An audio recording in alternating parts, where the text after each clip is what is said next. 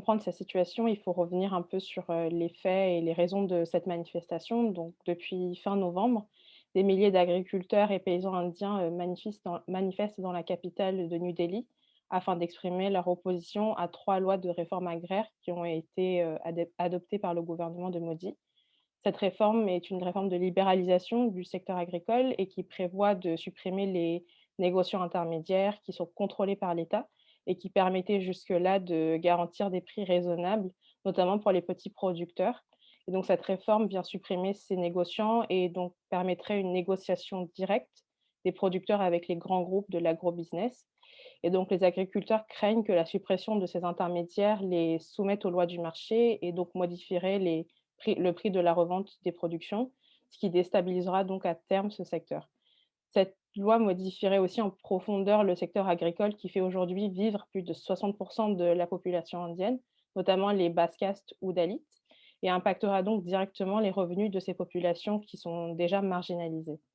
Et donc les manifestants ont exprimé leur mécontentement à travers des sittings pacifiques, le blocage de plusieurs accès routiers à la capitale et des grèves générales qui ont réuni, par exemple, fin novembre, plus de 250 millions de personnes et dans l'espoir de faire retirer cette loi. Et ce qui est intéressant avec ce mécontentement populaire, c'est qu'il dépasse les clivages sociaux, politiques et religieux pour rassembler les manifestants autour d'une cause commune qui est la survie du secteur agricole. Et c'est aussi pour ça que le gouvernement Modi, pour la première fois depuis 2014, présente des difficultés à réduire l'ampleur du mouvement, alors qu'il était jusque-là en capacité de contenir ou bien décrédibiliser les mouvements d'opposition. Et donc, c'est avant tout une contestation sur sa politique économique et aussi, la perception qu'il y a une favorisation des catégories les plus aisées, à travers, cette réforme et aussi d'autres, politiques économiques. Donc ensuite, le lien qu'on peut faire avec ces manifestations et à la question des minorités religieuses c'est fait lorsque certains membres du BJP, en décembre dernier, ont accusé les manifestants d'utiliser la réforme comme prétexte pour défendre la cause séparatiste sikh. Donc, il faut savoir qu'une grande partie des manifestants viennent du Pendjab et de l'Haryana, qui sont 2 États à majorité sikh. Et certains membres du BJP ont accusé le mouvement d'être le porte-parole de revendications séparatistes sikhes. Et donc, qu'on qualifie de mouvement pour le Khalistan. Donc, le Khalistan, ce serait le nom qui serait porté par le nom porté par l'État sécessionniste, qui comprendrait donc des personnes sikhes et qui impliquerait notamment la séparation du Pendjab de l'Inde. Donc, on a d'une part ces accusations-là en décembre et donc le 12 janvier dernier, la Cour suprême annonce la suspension de ces réformes pour relancer les négociations. Et au même moment, la National Investigation Agency inculpe des leaders sikhs qui ont participé aux manifestations paysannes pour appartenance présumée à une organisation interdite depuis 2019 qui s'appelle Sikhs for Justice, qui soutient donc notamment la sécession du Pendjab de l'Inde. Et cette association avait été interdite en vertu d'une loi, donc la loi sur la prévention des activités illégales en 2019. Et cette loi, par ailleurs, est très utilisée pour supprimer les voix dissidentes et est utilisée aussi comme prétexte pour contenir certains mouvements qui sont considérés ou perçus comme dangereux pour le parti de Modi. Donc on a ces premiers signes de suppression de la dissidence avec une connotation religieuse et la culmination arrive donc ce 26 janvier-là, donc le jour de la République indienne.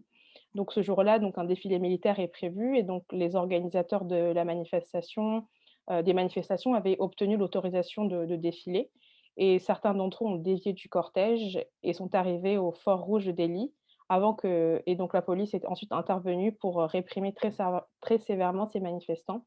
La communication internet a été tout de suite suspendue juste après dans plusieurs districts aux alentours de Delhi et les négociations avec les syndicats ont été suspendues. Le gouvernement a par ailleurs exigé la suspension d'un millier de comptes Twitter qui seraient sous influence étrangère ou en tout cas considérés par le gouvernement comme, sous influence étrangère, qui seraient liés au mouvement séparatiste du Khalistan ou accusés de diffuser de fausses informations ou d'avoir partagé le hashtag Modi Plannings Farmer Genocide. Et cette occasion justement du 26 janvier a été utilisée pour porter plainte contre des organes de presse qui sont plutôt critiques du gouvernement Modi comme The Wire ou The Caravan.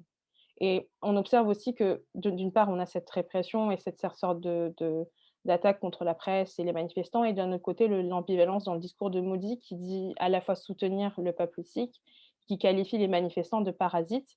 Et donc, on voit qu'il opère un glissement sémantique dans la manière dont le mouvement est considéré, en associant les Sikhs à des indépendantistes terroristes, et donc produit une sorte de confusion. Et il parle aussi de Foreign Destructive Ideology, donc en faisant référence aux soutiens internationaux de Greta Thunberg, Mina Harris ou Rihanna aux paysans, et ce qui a été aussi notamment à l'origine de la demande de suspension des comptes Twitter qui reprenait un peu ces partages et ces soutiens internationaux. Et donc on voit aussi donc, la question du séparatisme sikh, de l'instrumentalisation de cette question et la contradiction du discours du Premier ministre recouvre en fait toute l'ambivalence de la manière dont les minorités religieuses sont perçues et surtout cette crise agraire. Et donc, elle reflète un peu les positions contradictoires du BJP sur la question des minorités religieuses, qui à la fois ont besoin donc du soutien de certaines minorités, mais qui quand même en rejettent d'autres, comme les musulmans ou les chrétiens.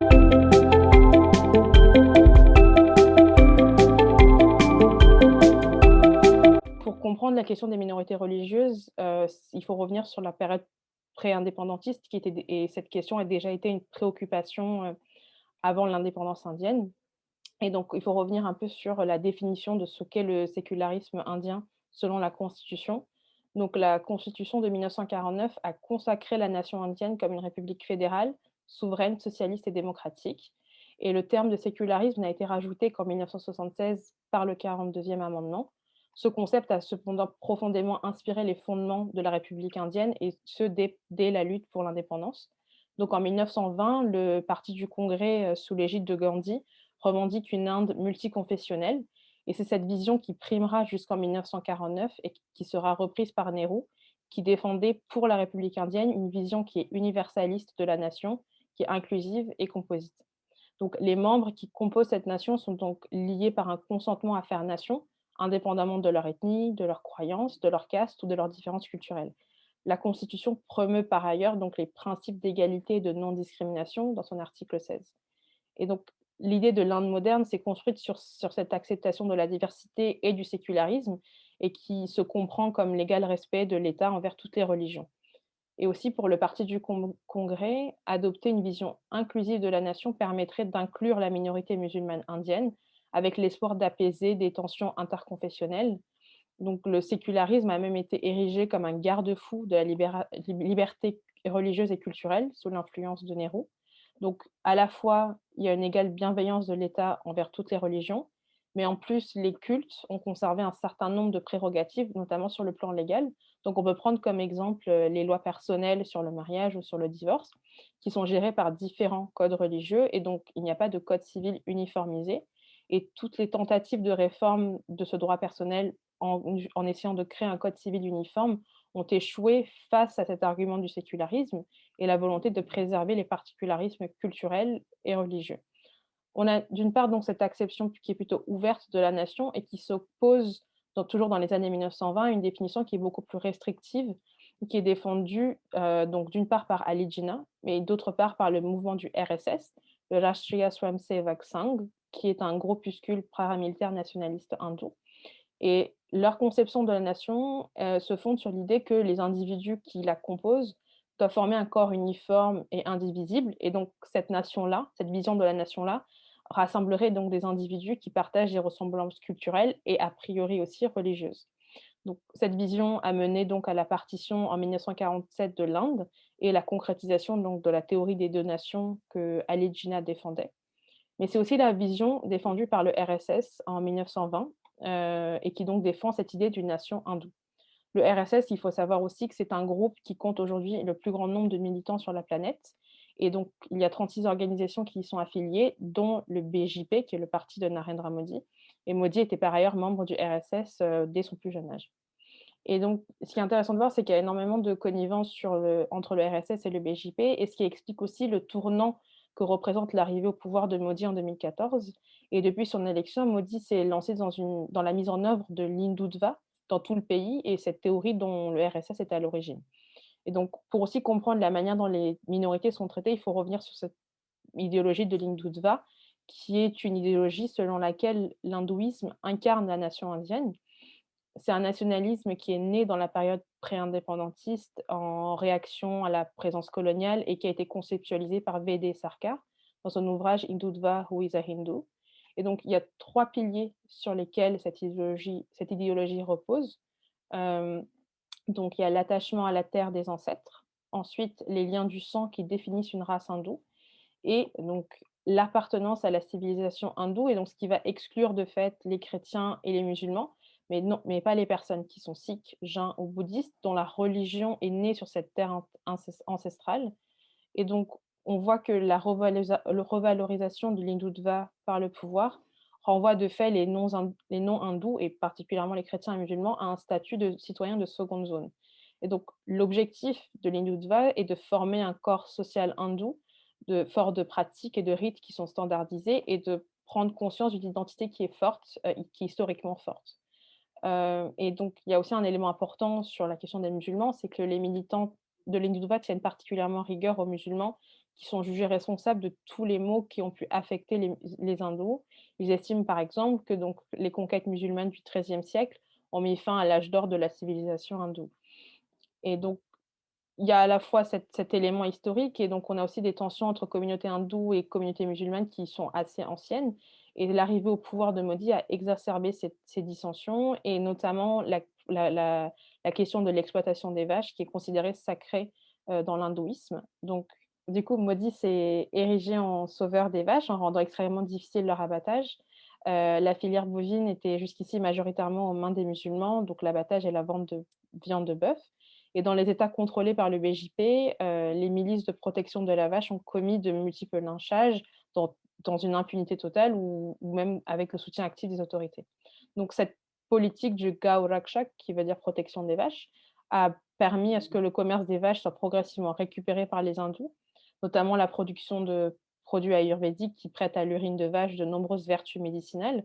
Et donc, sous fond d'arguments religieux, le BJP a vraiment instrumentalisé le commerce des vaches, non seulement pour récupérer les bénéfices, mais surtout pour stigmatiser un peu plus la communauté musulmane.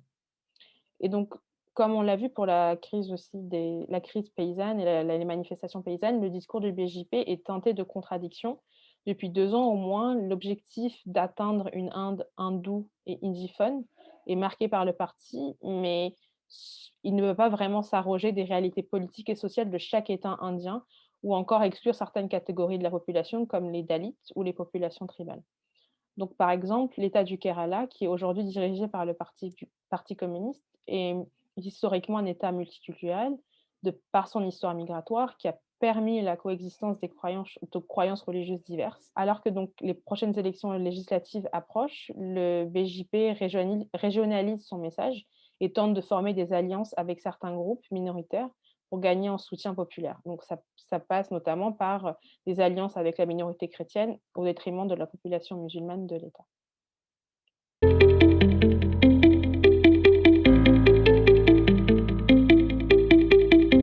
Donc, une des manifestations flagrantes de l'idéologie du BJP sur le plan politique et social est la théorie complotiste du Love Jihad qui a aujourd'hui des ramifications juridiques. Donc, le BJP alimente la théorie complotiste et islamophobe du Love Jihad qui, selon laquelle les hommes musulmans auraient pour objectif de séduire les femmes hindoues et de les mener à se convertir à l'islam par le mariage. Et donc, à terme, c'est toute la société indienne qui serait menacée, puisque selon cette théorie, l'objectif serait de parvenir à la conversion de l'ensemble de la population indienne. Donc, c'est une représentation de l'union interreligieuse entre hindous et musulmans qui est héritée de la colonisation à travers une représentation qui est déformée et négative des hommes musulmans comme hyper virils, manipulateurs, séducteurs et dangereux. Et donc la théorie du love djihad revêt un caractère problématique pour 2 raisons. Donc la première étant donc la stigmatisation de la communauté musulmane à travers la représentation dégradante des hommes musulmans à qui on prête des intentions perverses et conspirationnistes, donc ce qui relève plus de l'islamophobie. Et ensuite, le deuxième élément est le caractère profondément sexiste et misogyne d'une telle représentation, puisque le love djihad sous-tend que les femmes hindoues ne sont pas en mesure de faire un choix éclairé quand on parle de mariage. Et donc derrière l'apparente protection des femmes et de leur liberté, c'est un véritable contrôle qui s'opère sur elles et sur leur corps, donc ce qui relève donc de la mainmise sur leur choix en matière de sexualité et de mariage. Cette rhétorique est largement reprise par la frange nationaliste hindoue qui parvient en le répétant de manière, fréquente, à lui donner une certaine réalité dans l'imaginaire collectif. Et donc l'exemple, qu'on peut citer est la publicité de la populaire, bijouterie Tanishq qui a été diffusée le 9 octobre dernier. Cette marque de bijouterie, donc Tanishq, a publié un spot publicitaire, dans lequel une famille musulmane organise une fête de naissance pour sa belle-fille hindoue.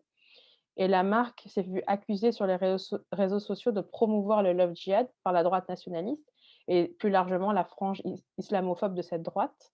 Et la marque s'est défendue en disant qu'elle voulait promouvoir l'unité. La polémique est quand même allée jusqu'à un boycott des produits Tanishq et par certains internautes. Et le groupe a dû finalement retirer cette publicité pour préserver la sécurité de ses employés. Et le Love Djihad prend aussi des proportions, plus importantes et notamment dans les institutions judiciaires indiennes, puisque plusieurs décisions de justice suivent cette mouvance. Donc en témoigne l'affaire Adia et Shafin Jahan, qui a été très médiatisée en 2017. La haute cour du Kerala avait tout bonnement annulé le mariage de ces derniers, car le juge avait considéré que Adia, convertie, avait été manipulée par son époux.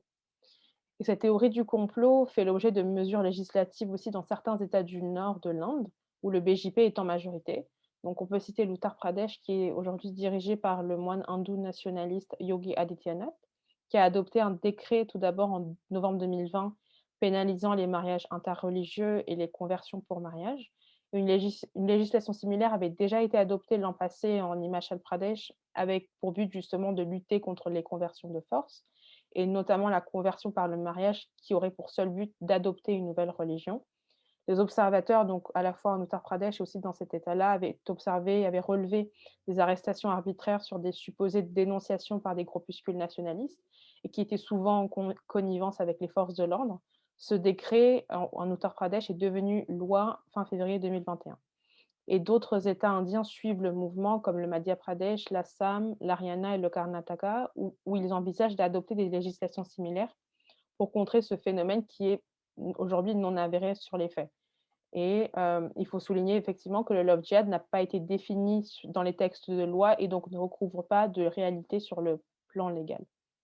Une autre mesure qui a suscité aussi une très vive polémique, notamment en fin 2019 et qui a suscité une opposition importante est, l'amendement qui a été apporté à la loi sur la citoyenneté indienne en décembre 2019, donc le Citizenship Amendment Act, qui rajoute un critère de religion dans l'accès à la citoyenneté indienne.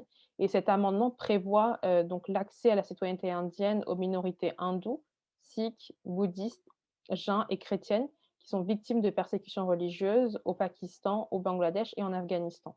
Donc cette mesure exclut de fait les personnes musulmanes. Et cette mesure est aussi à comprendre avec la relance d'un ancien projet dans l'État de l'Assam à l'été 2019, qui est le National Register for Citizens, qui permet le recensement des citoyens. Cet exercice de recensement a rendu 1,9 million de personnes en situation irrégulière, dont de nombreuses personnes musulmanes. Et donc, l'application coordonnée de ces deux mesures serait discriminatoire envers les musulmans vivant déjà en Inde, mais aussi ceux qui sont persécutés en Asie du Sud et qui chercheraient refuge en Inde. Et cet amendement donc introduit un facteur religieux dans l'attribution de la citoyenneté indienne et brise aussi l'égalité de tous devant la loi.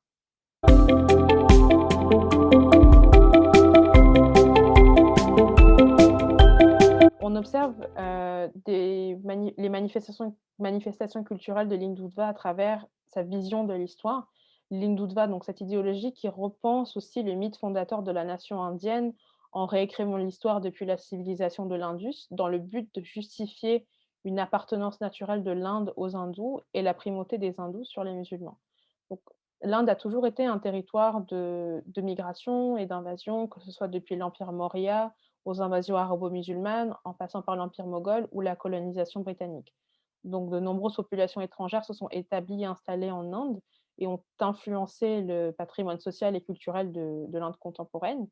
Et le BJP, par exemple, s'est attelé à renommer les noms de villes à consonance musulmane, comme Allahabad, qui est devenu Prayagraj. Donc, c'est une première étape dans l'effacement d'une histoire plurielle et qui est complétée aussi par une réécriture de l'histoire indienne, notamment de la période de l'Empire moghol.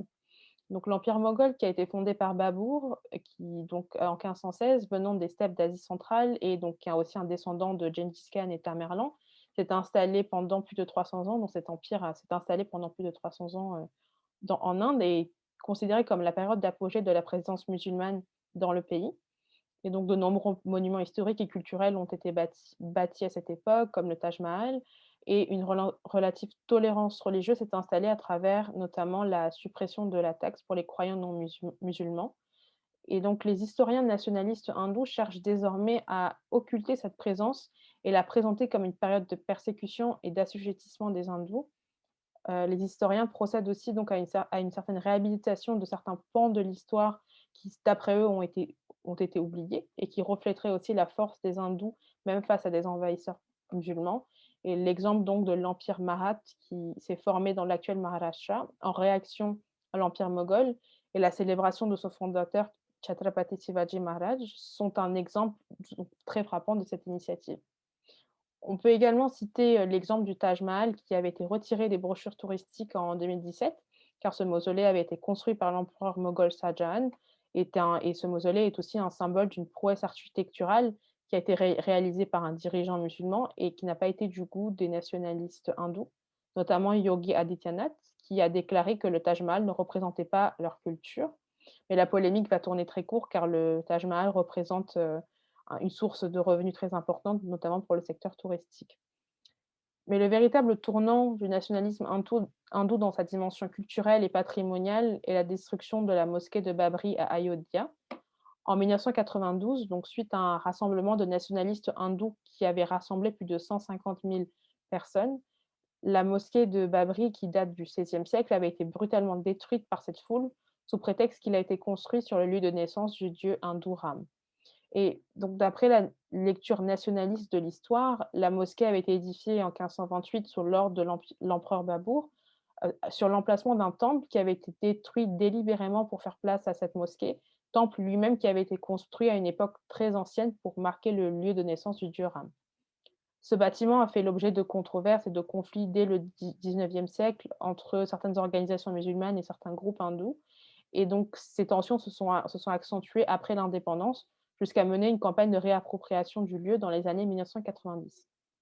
Et 25 ans après, une bataille judiciaire s'achève avec la décision de la Cour suprême d'autoriser la construction d'un temple hindou à la place de la mosquée. La première pierre de construction a en effet été posée par Narendra Modi en personne en août 2020. Et donc, ce début de construction est vraiment considéré comme une première victoire pour les nationalistes hindous et l'expression physique aussi de cette réécriture de l'histoire. Le Premier ministre a lui-même affirmé que cette étape marque la culmination de sacrifices millénaires. Et le chef du RSS a affirmé que c'était le début d'une nouvelle Inde et que la construction du temple de Ram est une sorte de conclusion aux injustices historiques subies par les hindous.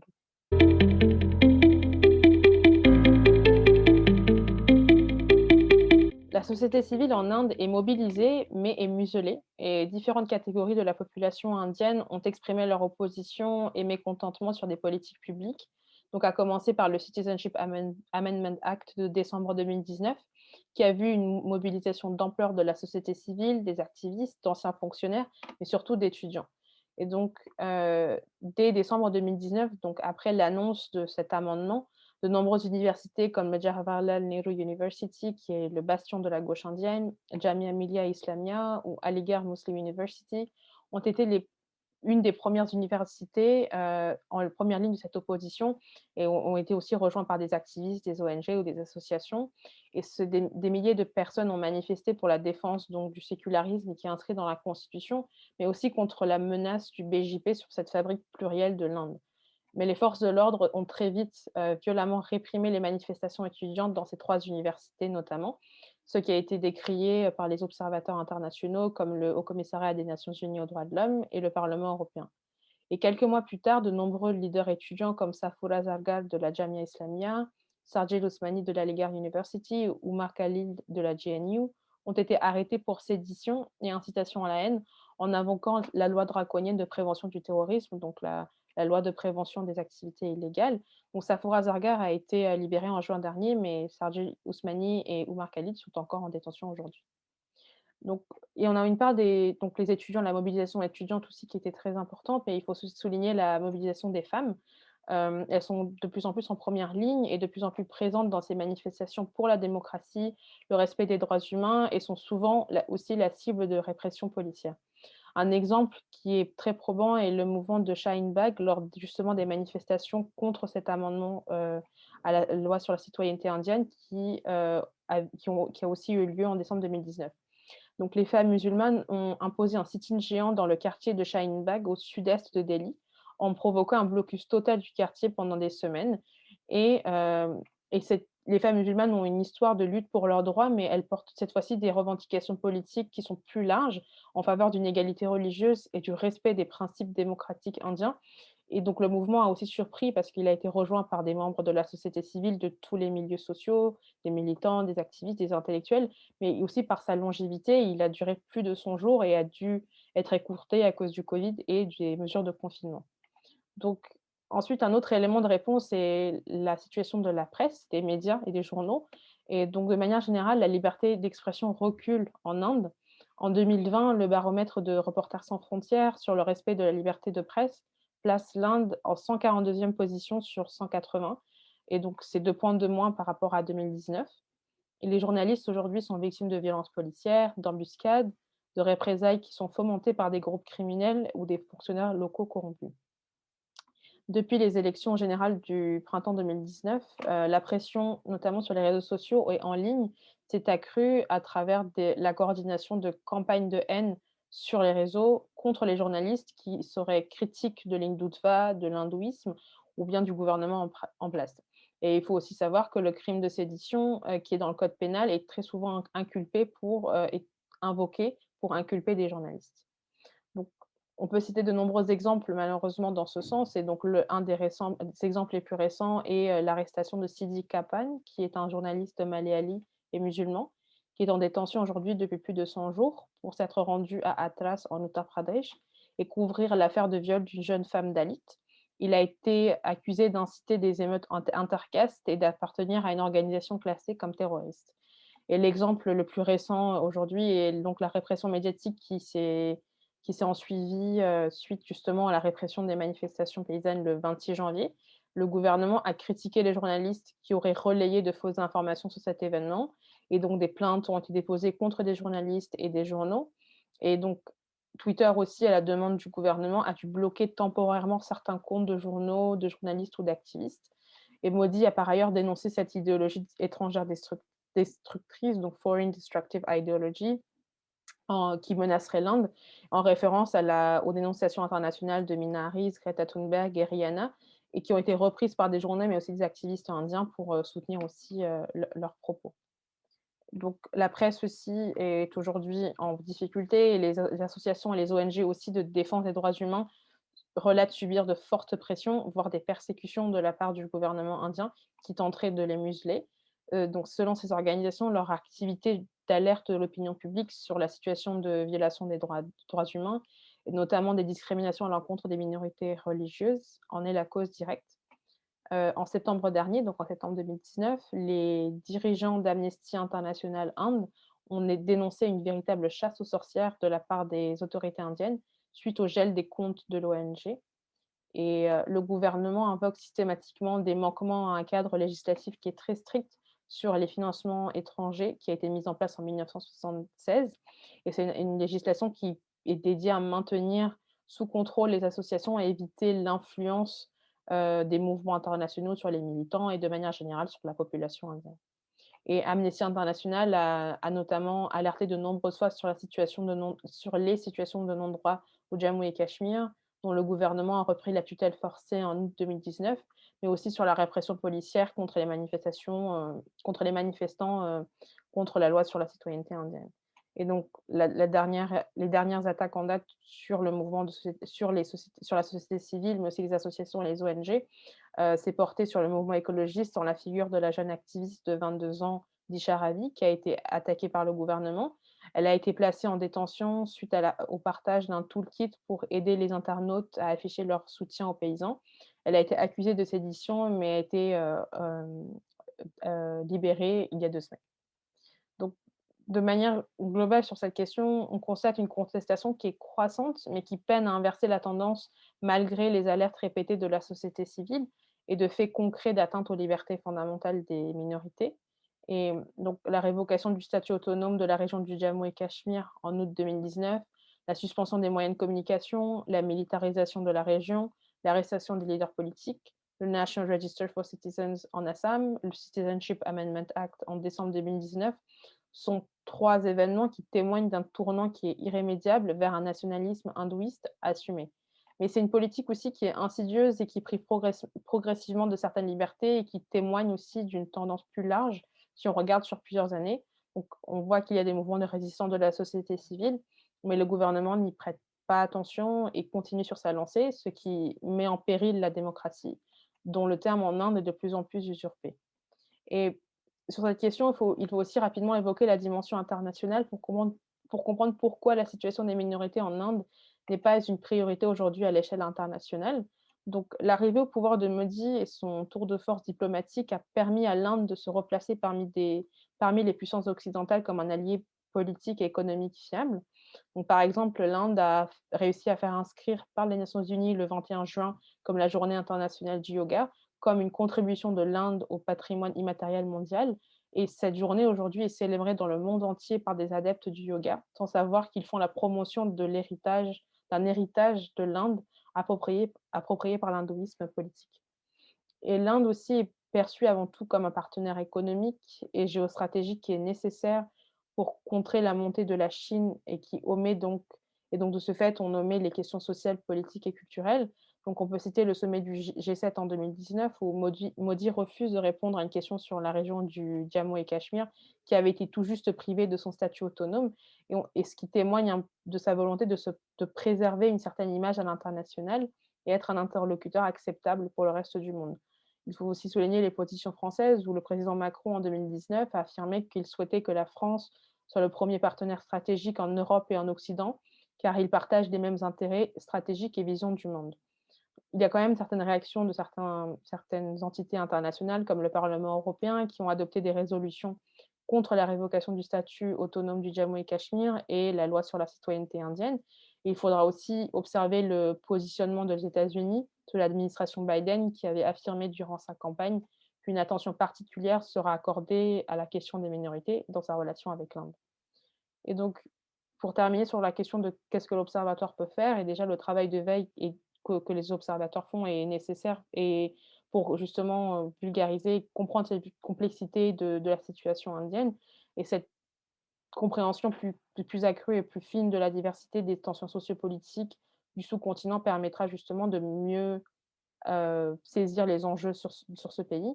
Et au-delà donc d'un travail de veille, il y a aussi un travail d'interpellation et de sensibilisation qui est nécessaire, car la France aussi devient un partenaire géostratégique majeur, comme en témoigne la vente de Rafale l'année dernière en présence de la ministre des Armées Florence Parly. Et donc on y voit aussi une fenêtre d'opportunité qui peut s'ouvrir pour engager des discussions sur des questions peut-être plus politiques ou sociales.